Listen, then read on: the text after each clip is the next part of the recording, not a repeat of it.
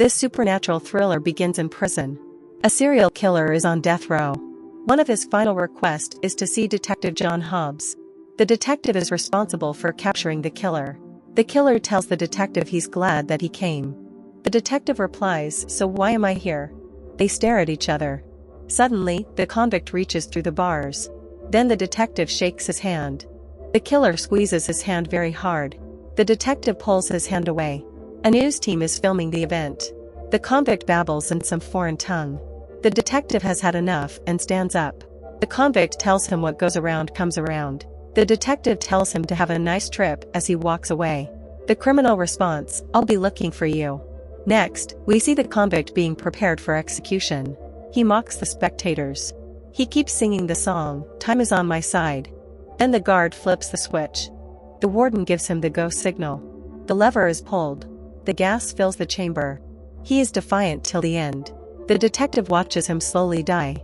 Finally, the end comes. Then we see Detective Hobbs and his partner investigating a murder scene. There is writing on the wall. It is the same thing that the death row inmate told him. Back at the station, they discuss the writing. It could be a copycat killer. They decide that the camera crew must have filmed it. His gibberish in his last days must have inspired someone. Detective Hobbs contacts Greta Milano. Her father used to be a detective. He committed suicide after being falsely accused of murder. He tells her that he is the one who caught the serial killer. His name was Edgar Reese, he was just executed. He tells her that Reese gave him her father's name. She replies, "Did he touch or grab you?" Hobbs responds, "Yes, he grabbed my hand." Then Greta begins telling him her father's story. Her father was a good cop, the pride of the force. He caught a killer and then copycat crime started. Then evidence started pointing to him. He was unable to prove his innocence. He drove to an abandoned house and killed himself. The city covered up the case and sealed the file. As he leaves, he asks her if he can call on her again. She responds, "I'd rather that you didn't." She asked him if he believes in God. The detective replies, "Yes, I go to church now and then." Greta wishes him good luck and shuts the door. Detective Hobbs is returning home. He passes a man on the sidewalk. The man stares at him. Hobbs gets a bad feeling. Then we see the same man in his room. There's a knock on the door. He answers the door. A man forces his way in. He kills the unsuspecting man. Detective Hobbs and his partner arrive at the crime scene. Hobbs tells his partner that he remembers seeing the victim. He was the man he passed on his way home last night. Hobbs decided to go to the old abandoned house where Greta's father killed himself. He enters the house and walks around. He finds an entrance to a cellar. He finds a book hidden in the rafters. It's a book of fallen angels. Further investigation reveals the name Azazel. It is the name of an evil fallen angel. The angel can possess people by touching them.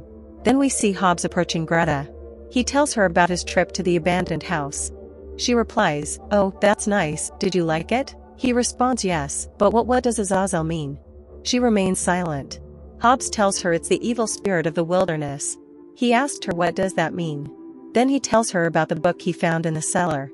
It talks about demons moving around by touch. Greta looks at him and tells him to walk away. "If you enjoy your life, then drop this case." Hobbs replies, "But this is my job." Greta looks in his eyes and tells him goodbye. She drives away, leaving Hobbs confused. An ordinary cat becomes part of this mystery. It rubs against a man's leg.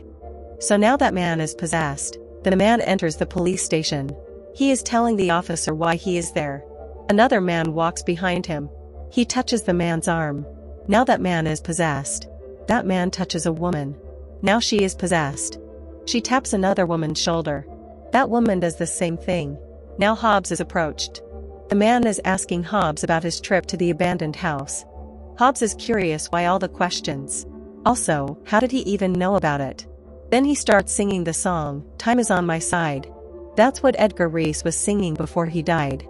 Hobbs looks around the room. Other officers are singing the same song. Hobbs catches up with one of the officers. He asked him why he's singing that song.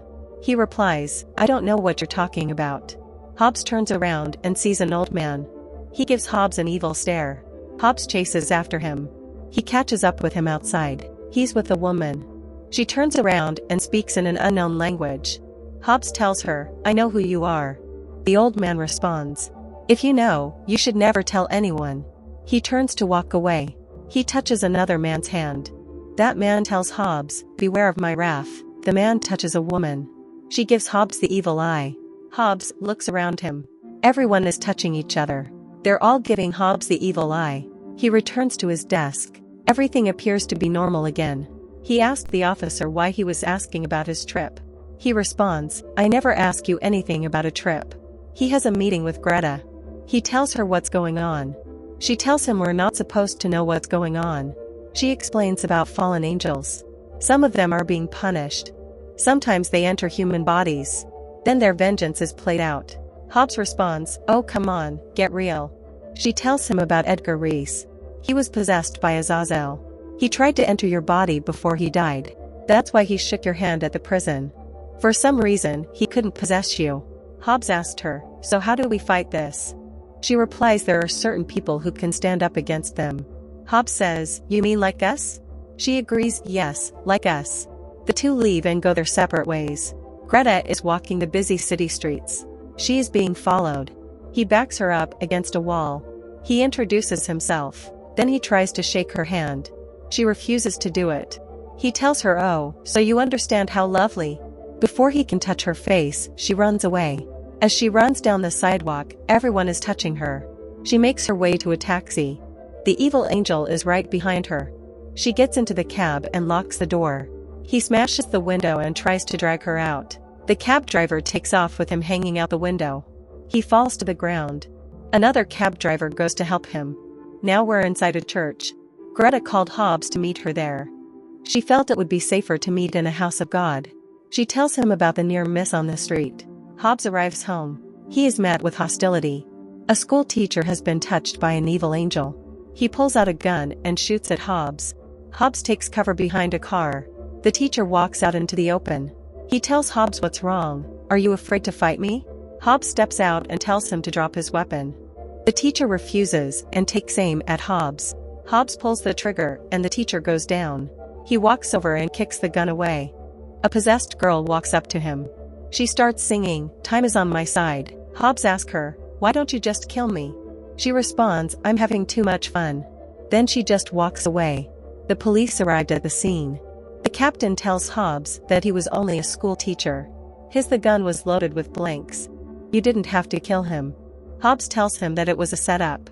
The captain doesn't believe him. Hobbs goes home and finds his brother is dead. He finds a hypodermic needle next to his body. It was the same type of needle found at the other crime scene. Now Hobbs realizes they are coming for his family. He tells his nephew that they have to go away for a while.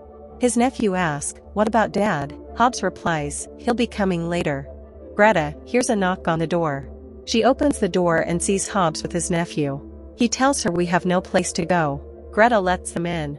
Hobbs tells her about his brother. They discuss ways to kill the evil angel. Greta tells him that it must be forced out of the host body. Then he can only travel as long as one breath. After that he will die. They come up with a plan.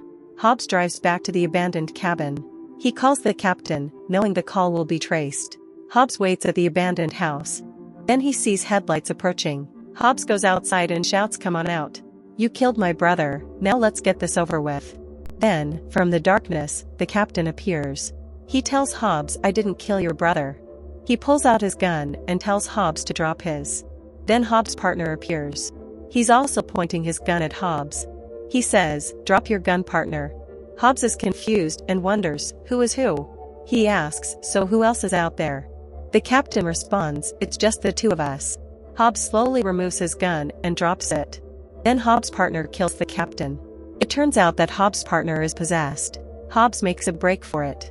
His partner laughs and says, "It looks like you just shot the captain." He walks around singing, "Time is on my side." He enters the house still singing. He tells Hobbs, "You must die, because you can't be possessed." Then Hobbs jumps on him. They wrestle around and Hobbs shoots him. He looks up at Hobbs and says, "You got me, partner. Now what are you going to do?" Hobbs responds, "I'm going to put an end to this madness." The possessed man laughs and replies, "How?" Hobbs tells him to look around. "It's just you and me. There's no one left for you to touch." He starts smoking a cigarette. He says, "These are poison, I'm going to kill myself. But first, I'm going to kill you. Then there'll be no one around to be your host." Then Hobbs starts singing, "Time is on my side." He takes aim and shoots his partner in the head. Then he runs into the woods and dies. Then, just when you thought that evil has been defeated, a cat appears on the scene. The cat walks around the dead bodies. Then it heads back to the city to find another host. The movie may have ended, but the evil angel is still lurking, ready to find its next unsuspecting victim. What a wild ride. If you enjoyed this quick recap of Fallen, make sure to give us a thumbs up, subscribe for more awesome content, and let us know your thoughts in the comments. Thanks for watching.